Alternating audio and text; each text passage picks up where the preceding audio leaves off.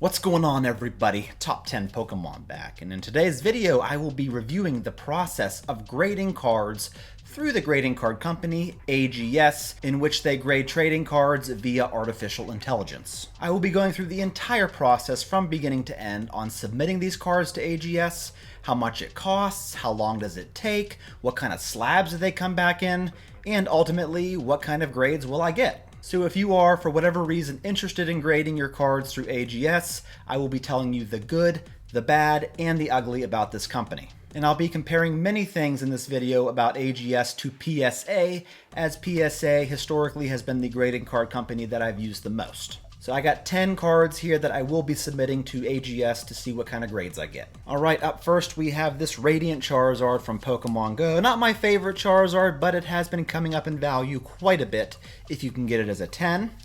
Up next we have this Blastoise EX from the 151 set. Now, all these cards will be considered pack fresh. Here we have the promo Snorlax, also from 151. Amazing card right here. Here we have a few cards from Crown Zenith. Here's a full art Deoxys. We have this full art Zeraora V-Star. These are all Galarian Gallery cards. Here we have a full art Latios, once again from Crown Zenith. Here we have a full art trainer in Melanie. This is a very, very good looking card. Here is a full art Pikachu from Celebrations, another card that's very, very valuable as a 10. Here is a Mimikyu VMAX from, I believe, Brilliant Stars we'll be submitting. Here is possibly the best Scarlet and Violet promo thus far, the Charmander Black Star promo from Obsidian Flames. So let's hop onto the AGS website and see exactly what they have to offer. Alright, here we are, folks, the fastest and most accurate way to grade your cards via artificial intelligence. So let's go down the home page here and see what they have. Over 3 million cards. You can search in their AGS database, which should be pretty standard with grading card companies. If they grade a card, you get a number, you should be able to look it up and verify its authenticity, so that should be pretty standard anymore. Here they have a very short video of the process they use to grade the cards, but we're not going to watch that right now. And then it says they are currently accepting modern sports cards, Pokemon, MetaZoo, Dragon Ball Super, Yu-Gi-Oh!, and more. So in today's video, we'll be using the $15 per card option, which boasts a 20-day turnaround time. Now, it's also worth noting that if you do the 30-plus cards option, it ends up being $11 per card, so you save $4 per card if you submit 30 or more. Definitely worth looking into if that's the case. Like I said, 20 business day turnaround, $100 insurance. Let's compare that to PSA's pricing and turnaround times. Here they have their bulk trading card option at $19 per card with a 65 business day turnaround. So quite a bit more, especially if you're comparing it to the bulk AGS where it's $11 a card. PSA is at $19 right now. Plus you got to have a Collectors Club membership, which is, I think, is another $100 if you want that, I think.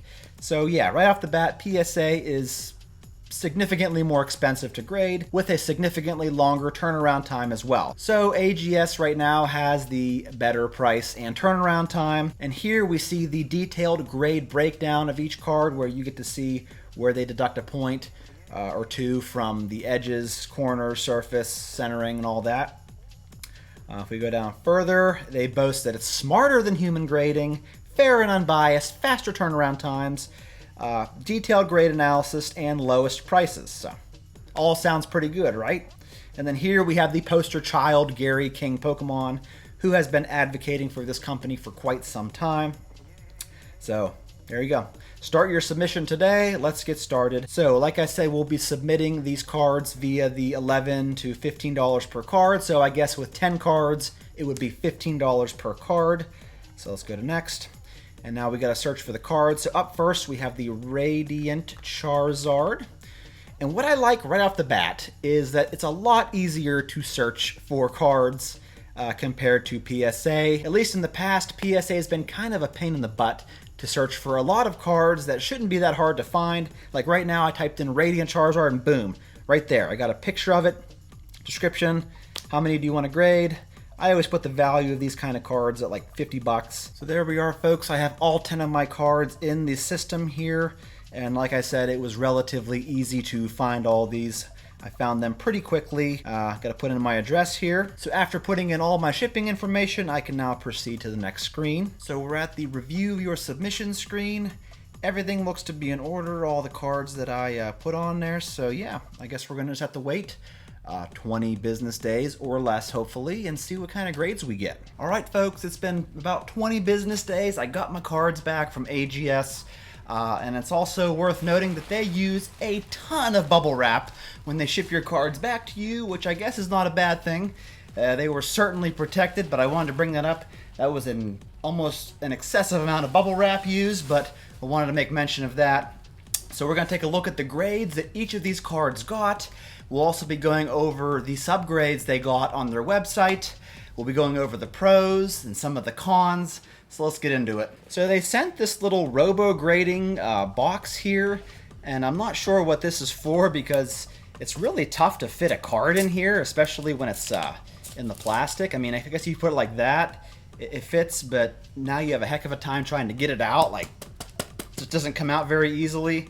So this box, albeit nice, is a little bit too small for these cards. I'd like a little bit more wiggle room, but I did want to showcase this because it is just a little bit extra to get this box as well. All right, up first we have this beauty right here, the Full Art Blastoise EX from 151, and it landed an AGS 9.5, which is considered a Mint Plus card.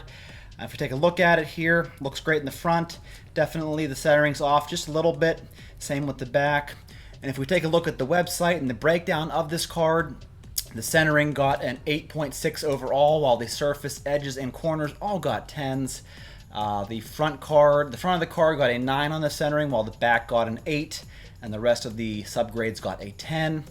If you take a look down here, it shows the population, the AGS population. So it's got a bunch of 9.5s, a couple of 9s, and just a couple of 10s with no legend 10s. I guess it's like their black label version of the card when it's a AGS legend card. Here we have this is generated images of their scanning. It shows like the centering and where it's off on the front of the card.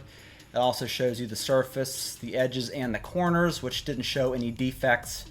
If we go down here, you can pay a little bit extra and get a laser height map of the card, which gets into the nitty-gritty of the surface of the card, I guess, and you really see the fine details of everything. I'm not sure. It's not something that I would pay for in the future, but it's pretty interesting. So yeah, we're not going to go over each of these for every card, but I wanted to show you for the Blastoise EX. The Radiant Charizard. Now, I wanted to make mention that I think it's AGS 9s and above get that gold label, while anything below a 9 I think gets like this navy blue label, and the gold labels do look really nice. I must say that these labels look a lot better in person than they do online when they're scanned. The gold label really hits. It's pretty generic looking, but the Radiant Charizard from Pokemon Go got an 8.5, which is a near mint to mint plus card. Here we have the Black Star Promo Snorlax, which got the AGS 9.5 Mint Plus grade. So that's very nice. Here, folks, might be the only Gem Mint 10 I got out of the submission. It's the Full Art Melanie from Crown Zenith. And yeah, got a 10. Still has the gold border. This was a very, very strong card, which is why I sent it in. Here is the Latios from Crown Zenith. It got a 9.5 as well. Another beautiful card. From Crown Zenith again, we have the Zeraora V-Star. I love Crown Zenith, if you haven't gathered that by now. And this card got a 9.5. Here is the Deoxys, also got a 9.5. And the centering is really off on this card, which I knew sending it in, of course, on the front and the back. It's, especially on the front, it is very off-centered. So I'm assuming that's what deducted a half a point from the grade. Here we have a very tough card to grade. It is the Full Art Pikachu from Celebrations, got an 8.5. And the surface of this card is always the culprit, I think, for most cases. There's just a lot of area to be scratched. So I was kind of hoping to get a higher grade on this, but I do realize it's a tough card to grade. Now down to these two right here. This is where we're going to see some problems in the consistency of their grading. Here is a Mimikyu VMAX from Brilliant Stars. Landed a 9.5. Now, if we take a look at the website and the subgrades, pretty much the only thing they deducted was the centering of this card, where it got a 7.8 overall. 7 on the front, 9 on the back, and all the rest of the subgrades got 10s. That being said, if we take a look at the back, you'll notice right there, if I can get it in focus, it's a pretty sizable nick there in the bottom right-hand corner, and that didn't seem to be picked up on their scans. If we go to the imaging and we go to the back, let me pull it up here, down on the corners, you can see that it doesn't look like it's nicked at all on their scans. So A, either the scans aren't very accurate, or B, this card was damaged whenever they were handling it. And I don't know which. I'm going to go ahead and assume that maybe it was damaged when they were handling it, because as you can see, that nick is not on this scan. So yeah, that's kind of lame, a little bit unfortunate. And the same goes for this Black Star Promo Charmander, which got a 9.5 as well.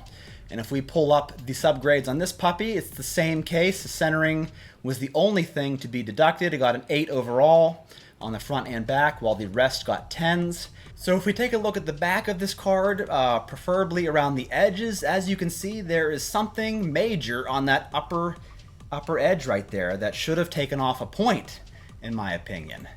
And it looks like they also picked up something on the surface here, which I really can't see on the screen here. My camera's not focusing very well at all, but it looks like there was some kind of defect as well on the back surface of this card. Which leads me to the pros and cons that I'm going to go over right now of AGS grading. So one of the pros is it is a less expensive grading fee for these cards. I think it was, what, $12 if you submitted more than 20 cards or something like that. If you submit bulk, it ended up being like $12 or $13 a card, which is a pretty good amount less than, let's say, PSA.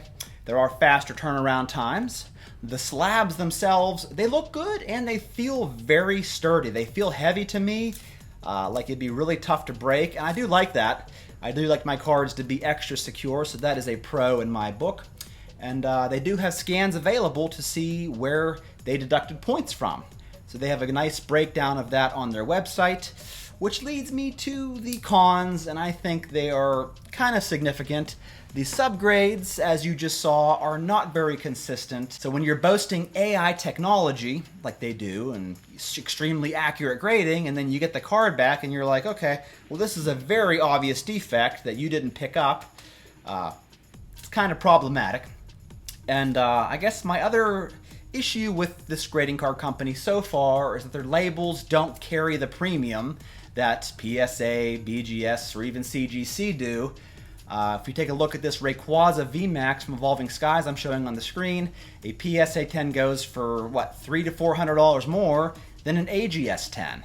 So there's that as well. I don't know, folks, what do you think about AGS? Have you heard anything else about this company? Let me know. I look forward to hearing from you. Thank you for watching the video. I really appreciate it. That's all I got, and I'll catch you in my next one.